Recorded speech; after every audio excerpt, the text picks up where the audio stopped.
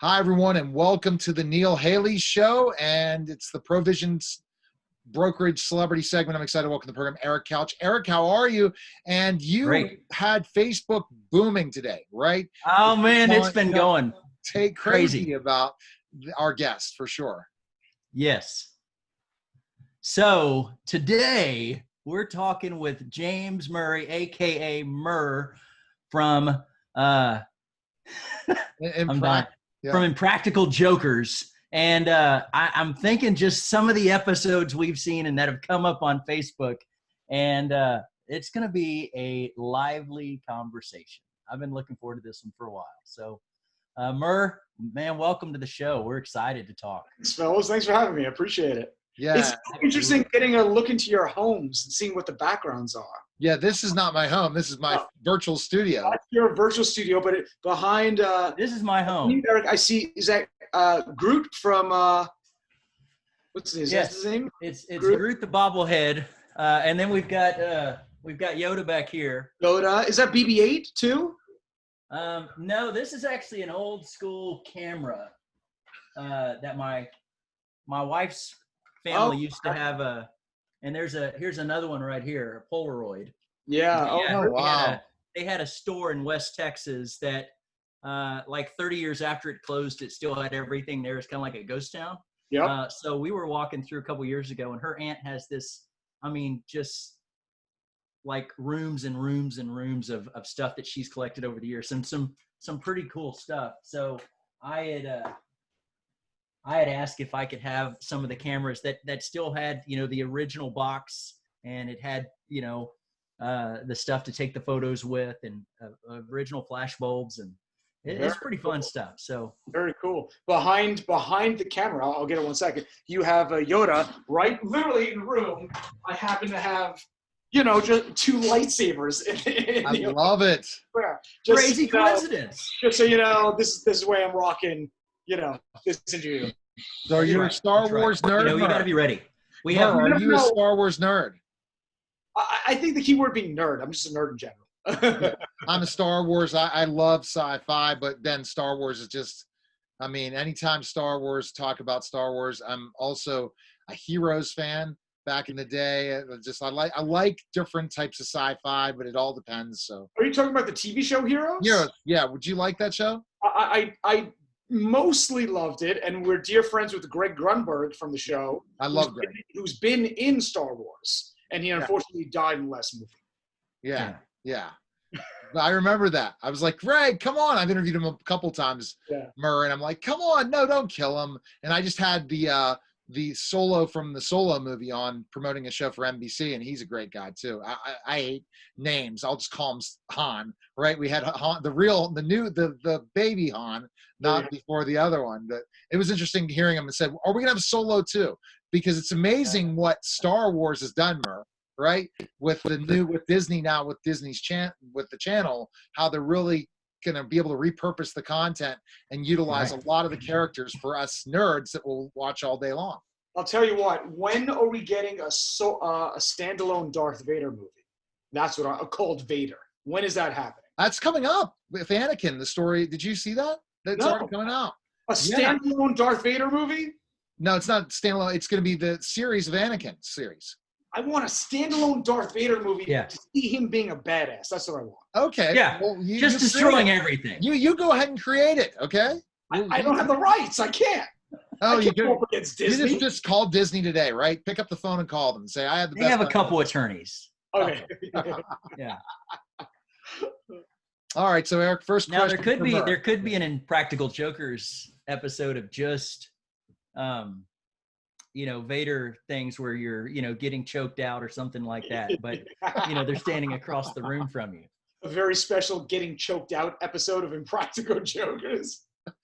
And you can kind of mix that with Star Wars and then Spaceballs. So, favorite movies. There you go. And I played Darth Vader in an ice bucket challenge for the TV station. So that's up on YouTube at one point where I was Darth Vader and had to douse people with my skills, and I'm a legitimate 6'10", so I filled into the Darth Vader suit really well. Yeah. You're 6'10" for real? Yeah, former professional wrestler. minor Wow, leagues. that's wild. Yeah. It's interesting to know because your head is a little bit low in the frame of your camera. Yeah. So it makes you look a little bit shorter than 6'10". No, that's right. If I would go up like this, I'm trying to fit. If I block, I don't want to block my my branding. No, so I try to fit myself exactly where it needs to be. And the chair I'm in, you know, that's always what's fun about Zooms. I'm a radio guy, Murr. I just started to try to do the whole TV thing. I used to do the TV thing where I'd still have the TV show, but just radio interviews of celebrities. I said, well, because of the pandemic, I said, no, we're getting them on camera now. And that's the best thing. Now you're getting us in our pajamas, like at home. Exactly. Get to see all the cool homes and different things. Business on top and party on bottom. Yeah. Murr's controlling this interview, so go ahead for the first question, Eric. Okay. So I've got a whole slew of questions, but first let's go back. So you've written some sci-fi stuff. You're a comedian. And then you also work with some of your grade school best friends of doing the crap that us guys do, except you actually make a living. All the stuff that your mom was like, you could never make a living doing that. Like, that's what you do and make a living. So kind of fill us in on some backstory. Yeah, I can't believe I get to do what I do for a living. I can't believe, if you look at it, I can't believe that, you know, I was valedictorian in grade school, salutatorian in high school. I had a 4.0 average at Georgetown when I went. Oh, wow. And then Q dropped out of college, worked as a toll booth collector and an ice cream truck driver, and him and I make the exact same amount of money. Toll booth Willie. So it just shows you, man, that's what happens. And I wouldn't have it any other way. It's amazing that what I get to do with my best friends. The story is the guys and I have been friends for 30 years. We went to high school together. We met first day of high school, and we formed Jokers. It took us like 11 years to get on TV. Formed Jokers. Now we've been doing that for 10 years straight now. And it's led to all sorts of cool things, like the movie that came out this year, right before the world shut down. We had 2 weeks in the theaters. I'll take it, you know? Yeah. Somebody told me recently, and this is going to be crazy, but, you know, we were, I think, the last movie to come out in theaters before they shut down, right? That being said, the Academy Awards are going to happen no matter what. So we have a decent chance because by forfeit of winning an Academy Award. Like, we might become the highest grossing comedy of 2020 by default. You know oh my gosh. You know, hey man, you take what you can get. We're going to win like best animated feature, best foreign film, best supporting actors. We're going to win everything because there's no competition. Yeah. You know? So it led to cool things. And it led to cool things like the TV show and our fan base being as amazing as they are, led to another passion of mine, which was writing. I wrote my first book long before Jokers. I spent a year writing it in 2004. And it's like a thriller. It was the first book of the series called Awakened. And I sent it out after a year of working. I sent it out to every publisher, being nobody, and not having agents or anything like that. And every publisher returned it to me unopened. I couldn't get a single person to read it, right? Wow. Fast forward a decade later, I'm on TV, our fan base. I sent the same book, not a single word changed, into HarperCollins. They bought the trilogy. The first book hit #1 on the international bestseller list. Wow. Number 2 hit #4 on the bestseller list. Book 3 just came out a few weeks ago, Obliteration. And then I have 5 more books coming out. I have Don't Move comes out in October. That's a thriller that takes place in the woods of West Virginia. Then I have the bottom drawer here, which I'll get. I have The Stowaway comes out next April. That is a thriller on a cruise ship. And then starting next summer, I have 3 children's middle grade books coming out called Interns of Area 51. So oh my gosh, the thing is, like, all the TV show and our fans made all this kind of stuff possible. It's kind of like a dream come true. So when do you find the time? Well, I have a lot of time right now. Yeah. That's a lot of books. I haven't been nearly as productive. We have nothing but time at the moment. So I've been writing a lot while home and doing a lot of writing books with my co-writers, Darren, and on the other books, my co-writer Carson. We've been writing books over Zoom, basically. Wow. And that whole process, now you're taking everything that you went to school, your intelligence, and now after getting paid for Impractical Jokers, you pretty much can do what you love on the side of things that maybe you would never if you had a day job. Yeah, it all is made possible through jokers, of course, right? Like it's all possible because of our fan base and the show still, I think, being funny and still being on the air. And, you know, it makes all these kind of other creative outlets possible for us, which is great. Yeah. So, you know, one of the questions that I thought was great that came up was, you know, which skit, and we've had some votes on what the people think, but what skit made you the most nervous? I'm interested in seeing what people think. There's one that sticks with me to this day. There was an episode. This didn't make me nervous. It made me nervous for 3 months afterward. But there was an episode where they shaved off my eyebrows. Yeah. And I had to get a new driver's license photo with no eyebrows. It's still. I just had it out. I was showing a fan a little while ago. Wow. So it's my desk coincidentally. This is still my license to this day. It's for a 10-year punishment. That's still it. Oh my gosh, this happened to me in pro wrestling. The Headbangers from the WWE, the tag team champions of the WWF back in the day, we were down south. They were the Spiders. The first time I came in, green as grass, they told me, hey, let's go ahead and do this. We're going to shave your – and they shaved my eyebrows. And they just said we're doing something else and didn't know what the heck they were doing. They were the biggest jokers in the world. Yep. Glenn and Chaz. And shout out to those guys, but they should have been. You need to pull a joke on them at one point in time on an independent wrestling show, the Headbangers, because they deserve it. They deserve it big time. When we pull the joke on them, I'll say Neil sent us. Yes, right. I remember. That's probably wise. Yeah. Yes, because I mean, no, they're pretty big guys, but yeah, Glenn and Chaz would pull all the jokes in WWE all the time. Yep. Maybe that's one of the reasons. One of them, I think, got let go. Who knows for what reasons? With maybe doing it to the wrong person in the office. But wrestlers do this a lot, Murr. I don't know if you heard about that. That they do a lot. The old school wrestlers. The new school, I wouldn't say, but the '90s attitude wrestlers were big, impractical jokers. Did you ever know that? Did they ever tell you that? We have a lot of professional wrestler fans. And we've done bits with professional wrestlers before on the show too, you know. Huh. And I think and we made Q for one punishment get into a ring at a match, and he got thrown around, you know, by Tommy Dreamer, and we've worked with them a lot. I really do think it's only a matter of time before we do some kind of crossover between Jokers and WWE, because we've been talking with them about it for a while. We were supposed to do a season finale at the WWE. What is their facility down in Florida? Yeah. The Performance Center. Performance Center, right? We were supposed to do a season finale there, I think last season, and the dates didn't work out for one reason or another. But I think it's only a matter of time before you see some kind of storyline crossover between Jokers and wrestling. Yeah, that'll definitely happen. In my house, I don't.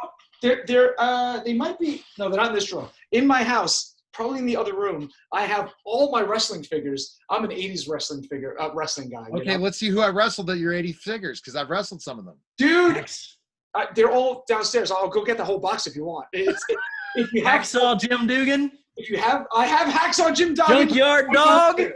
I have him right downstairs. Right? Yeah, and JYD. I'll go run and get the box. She's gonna blow you away. Okay, you don't have to run and get the box, but that's something for another interview, Murr. Yeah. We're gonna have to make it happen, and I might have an opportunity. It's very interesting. I had a conversation with a star from another show, and it'll come to me in a second. But they're involved in a company called Celebrity Slots, and they talked about specifically he should be great in wrestling as well. One of the creators, my brain, and who I've interviewed all the time. It'll come to me later in the conversation because I'm thinking about you. But go ahead, Eric, with your next question. Okay, so regarding like some of the stuff, you know, we talked about like what made you most, you know, uncomfortable. What was punishment? You know, we had some of the things that. Of course, my favorite is when you were in the art studio and you're having to pose, and then they're like, do the Miyagi kick. When you finally just were like. I was crying. Like, by the way, it's my son's favorite show. Unfortunately, he's working right now because I tried to have him join us because I think he's seen every single episode. Wow. Did you ever see the episode where they made me pull cigarettes out of people's mouths? That I think to this day is the most scared I've ever been. We hired double the security that day because I was like, someone's going to knock me on my ass, sure than shit, right? Like, someone's going to pop because you can't push people that way, right, without explaining yourself, and thank God I didn't get punched. But well, Brian, who asked that specific question of what made you most nervous, as far as human interaction, he's like, getting punched, he's like, my guess is a cigarette skit. Yep. So there you go. Now my buddy Warren was like, what was the worst punishment, skydiving or prostate exam? It's funny, literally, what they don't tell you on TV is that Dr. Frank, the guy that gave me 2 prostate exams on live TV, yes, he's a doctor, true. But he's my friend Frank, who happens to be a doctor. Right. So they don't tell you that in the punishment. So it's doubly embarrassing for me because it's not just a random doctor. That's my friend who is I've been friends with him long before Jokers. I was just at him and his wife's house on Saturday, and we were laughing about him again. I was like, it's weird to be at your friend's house knowing that his fingers have been in your butt, Now, it's weird. You've done some. So, did you guys always play jokes all the time? Yeah, we went to an all-boys Catholic high school in Staten Island. There was literally nothing other to do than just prank your friends. We weren't doing schoolwork, that's for sure. So it was just like ingrained in our DNA from when we were in our formative years. Yeah, so that was kind of the assumption is like it's just got to have gone back. I remember in college we were in this little East Texas college and we lived in a dorm, and there was like everybody and then the baseball team, which was one of the highest ranked in the nation for this little bitty college. And something got started, and some of us had some evil summer jobs of working with camps and stuff. And I remember before it was over, we were putting like dead fish in their trucks, like hiding it under the engine or in the back seat. We would penny lock them in their rooms and tie their doors together so they couldn't open them, and get the bag with either Catfish Charlie, but then also some baby powder, and put it under the door and hit it and just crop dust them, and everything you could possibly do. They got their air conditions on the outside of the building, so we'd put like Catfish Charlie and sodium in the AC so it just steam them out, and they couldn't be in there. But then they're locked in their room, so they can't get. It was wildly fun and entertaining. I'm not going to lie. I mean, the big one we used to do in school too. The very classic, simple one. You take an egg, you lift the toilet cover, put the egg in, close the toilet seat, the actual ceramic, and just wait, and just wait a week and see what happens. And they're searching. Well, where the hell is this smell coming from? You can't stop it, and you don't need to lift the damn ceramic toilet. The egg part. Yeah. But and I'm sure it's more than just guys, right? I don't know, but every guy can relate and just enjoys watching the show and laughs because it reminds us of the time or those times where we just cut loose and were guys and had a blast and didn't care about the rest of the world and just had fun, right? That's the connection. I think what makes the show work, honestly, is we don't consider it a prank show at all or anything like that. We consider it a buddy comedy, honestly. Right. I think it's the biggest compliment we get is that we remind people of the friends they grew up with. I think that's a huge compliment because we and the other thing I think the show does is I think it's like an island of positivity in a really negative world. You know what I mean? Yeah. And the show remains this kind of like sweet spot of positivity. And I think it's the kind of show you come home after working all day or having a hell of a day, and you turn the TV on and you just laugh for a half hour straight. You forget about all the bullshit and just laugh. So did you ever think the show would be such a success? I tell you, I didn't know it would. I thought when we created the show, it was going to be guys our age watching the show. And that's it. You have guys in their 40s, whatever, that are just think we're all kind of same age. And I don't know how old you guys are, but and it wasn't, and that surprised us. So like early on, when we started doing the show, we started touring, and we tour a lot now. And at our live shows, we'd look out and we'd see as many, if not more, women in the audience than men. And the live shows that we do on tour, like 60-70% female. The Joker's cruise we do every year is like 70% female. We never, and then tons of families coming. and multi-generation. You have the grandparents, the parents, and the kids, because it was like the one show they all agree on. It's kind of like their dinner show they put on in the background. We never saw that coming, you know? I thought it was just gonna be guys our age that are kind of laughing at dumb shit. And it wasn't. It became like a family show, which surprised us. And that's why we kind of changed the tone of the show as we went on. And I think the show's gotten better as a result. Yeah, I think it has too. So you mentioned, you know, I don't want to come back to some of these other comical things, but you mentioned family. So, you know, one of my buddies, Mitch, had asked, you know, describe the describe the conversation when you first mentioned to your family, right? Mom, dad, siblings. Hey, I want to be an entrepreneur and start a business with my best friends. Yeah. But then also, you know, the comedy, but then kind of what was your mindset in starting this? You know, our families were really supportive for a long time when we failed. You know, they you know, we failed for 11 years, and they still came to every live show we did in New York City, even though they sucked. You know, we did one show. It was like a year or two before Jokers. We did one live show in Manhattan at a 40-person theater we rented. 2 people bought tickets to see us perform. They spent $5 each. The theater cost us $65 to rent, so we lost $5. We split it 4 ways and lost, you know. And but our families were always there, like still supporting us, come to shows, and even though it took so long to succeed, and it was especially that I have a distinct memory of like the premiere episode of Jokers in 2011. I remember that night distinctly because all of our families were there. And we didn't know if the show would last more than one day. We knew the pilot was airing that night, and we were watching it live with our closest friends and family. And we were like, we may get canceled tomorrow. The ratings may suck, but tonight we made it. You know what I mean? Like no one can take away that we made it on television. It's happening. It exists, you know? And it was just it was so gratifying, honestly, after 11 years of failure to create something that no matter what existed. You know, can't take it away. It aired. It was on television, even if only for one night. And that was 10 years ago. So we're very blessed. Well, and you were persistent, right? You stuck with it. You didn't give up. And that's, you know, that's the biggest issue for most entrepreneurs is, you know, can you survive long enough to succeed? Exactly. I think that's a big part of it is outlasting your competition. And I think also when you fail a lot, I mean a lot spectacularly. I think you develop kind of an edge to whatever and an outlook to what you're doing, and you kind of reach a point in your career where you're like, can I curse or no? Well, don't curse because it's television, but I won't curse. Okay, it's on television. I won't curse then. You kind of reach a point where you're like, F it. I'm going to either make it or not. And that when you have that edge, that's when you succeed, I think.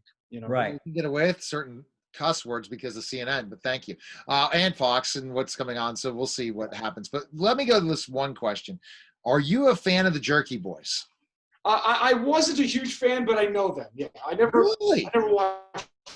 No, but like their tapes and stuff. Growing up, I did. I don't know. It's funny, but at the end, your jokes are different than that for sure. And so Eric, go ahead with your question before we get to the legacy question, because we could talk to Murr all day long. Well, so yeah, before we go, because I do have a couple more joke questions, but one of the questions that's a little more serious that I really like. So Tim would ask, you know, would love some insights of how the relationship stayed solid over the decade between you and the guys, right? Especially with all the craziness. You know, I have to imagine there's been some conflict over the years. So the question would be, you know, would be interested to know how you guys have worked through, you know, and maintained that bond over, especially with 11 years of not making it, right? Yeah. I think it started from when we were kids. We've been best friends for 30 years. 30 years. The TV show's been on 10. So still, the majority of our friendship has been long before television. You know what I mean? And that kind of history, I think, bonds you with your best friends in a way. You know, the other thing that I think helps is that, let's say you're a stand-up comedian and you hit it big and you become famous, right? And you're selling out arenas and things like that, and you have a TV show. You're on your own doing it. You know, You're traveling alone. You're on the road alone. everything that's happening to us, we're going through it with the three other guys that are closest to you in your life. So all the ups, all the downs, all the fights, all the makeups, all the amazing things happening, you're not experiencing it alone. We're not traveling alone. We're not having dinner alone on the road. We're not filming a TV show alone. I'm hanging out with my best friends. So you go through everything together as friends, and it makes it much easier to deal with. It makes success much easier to deal with. You keep each other grounded. You keep each other. I'm saying you. We keep each other grounded. Each other, excuse me, in check, and it makes it very satisfying to be going through this with the three guys I would want to be going through this with. You know, it's just the friendship goes long before, you know, was created long before the TV show, and at this point we're too old to make new friends. All right, Eric, we'll just let you go. 2 more quick questions before our time's up. Okay, man, I've got to ask. So, did you really have no idea that they were going to make you do skydiving, and are you really that terrified of heights? I had no idea. Which is, you can tell. I ran into the bathroom at that location, the place, and I locked myself in for a half hour. I wouldn't let them put it on TV, but I was crying in the bathroom, and I FaceTimed my mother from the bathroom of the skydiving place. They die. And she sent me the voicemail. So, because she was out shopping in Macy's, so I had to send her a text saying, "I love you. You know, if this goes wrong, I love you." And they did it to me again in the Joker's movie. They made me ride outside of an airplane while I was flying. Oh my God. Climb out onto the wing and fly outside the plane. Okay, and then we got a legacy question, but I've got one more from my buddy Manny, and that's what's the and there may be many, right? But what's the one joke that didn't make it, right? That just didn't make the air. That it's like, no, that's we draw the line. I know the answer. It was written in the very document that we used to sell the TV show in our pitch, our treatment for the show, our pitch document. There's one punishment we've always wanted to do, and none of us have the nerve to do it. The idea is the loser has to go to church and when to a couple getting married, and when they say "speak now or forever hold your peace," he's got to stand up, object to the wedding, go into detail why he objects, realize he's at the wrong wedding, apologize, and leave. And none of us have the nerve to do it. And I think that'll be like the series finale of the show. We'll do it, you know? Yeah. All right. That's or it finishes the season and it hasn't quite gotten there, right? Questions. Thank Eric Couch's audience of fans on Facebook for these amazing questions. I think this is great. Go, Eric, with your legacy question now, because I want to see how Murr answers. Okay, so Murr, one of the things that we always talk about is, you know, living a legacy, right? We all want to leave a legacy, but we're also living one. You're using your influence, and you use it every day in your books and in the way that you make people laugh, and that it just like we talked about with your, you know, you're not alone, right? You've got your best friends, and you're so much stronger together. So my question would be, you know, what's the legacy that you want to leave behind, you know, when it's also, and it doesn't have to be specifically TV. It could be family, it could be friends, it could be whatever. But you know, what's your passion? What do you want your legacy to be? I think the goal for us is to make people's lives just a little bit better. Yeah. Right. I think that's what drives the four of us, is that when we're filming the TV show, we just think about making each other laugh, right? Because I know that these are the three funniest guys I've ever met in my life. And I know if I do something that makes them laugh, I feel like it will make other people laugh too. So we're just focused on that goal. But the bigger impact is the letters we get from fans saying that when they were in the hospital with whatever's going on in their life, or their mother passed away, or they broke up with something fell apart in their life, or they lost their job, and what helped them get through, or they've been in quarantine for 4 months, and what helps get them through it is laughing for a half hour, and they watch these marathons of the show, and it helps them forget to remember that there's good out there. And if we just make people just that much happier in their lives, I think that, and we can make millions of people have that, we can impact millions of people. in that way. That's it. That's legacy. I think that's the legacy. I think the biggest legacy too is all the kids that watch the show. Yeah. The kids. I think it's like kids like from 10 years old to 20 years old. This is their favorite show. That's the legacy. That'll last long beyond our years. You know? Yeah. It's fantastic. Now, where can we purchase the books? Watch everything. Where's the best place to go? Obliteration, the brand new thriller. You'll love it. It's action-packed, page-turning. It's perfect summer beach reading. And you don't have to have read the other 2 books to understand it and love it. We catch you right up. To purchase Obliteration, go to Amazon, Barnes & Noble, anywhere books are sold. And you can also pre-order Don't Move anywhere books are sold as well. All right, Murr, awesome. You're man. awesome. We're gonna have you on again, Murr, for another book or another promotion or something else. Just reach out to me, and I appreciate you coming. Would love to. Next episode, I'm bringing out the wrestling figures from the '80s. Oh, you bring out the wrestling figures from the '80s, and then you also got to hit up. We're gonna prank the headbangers. Absolutely, those 2.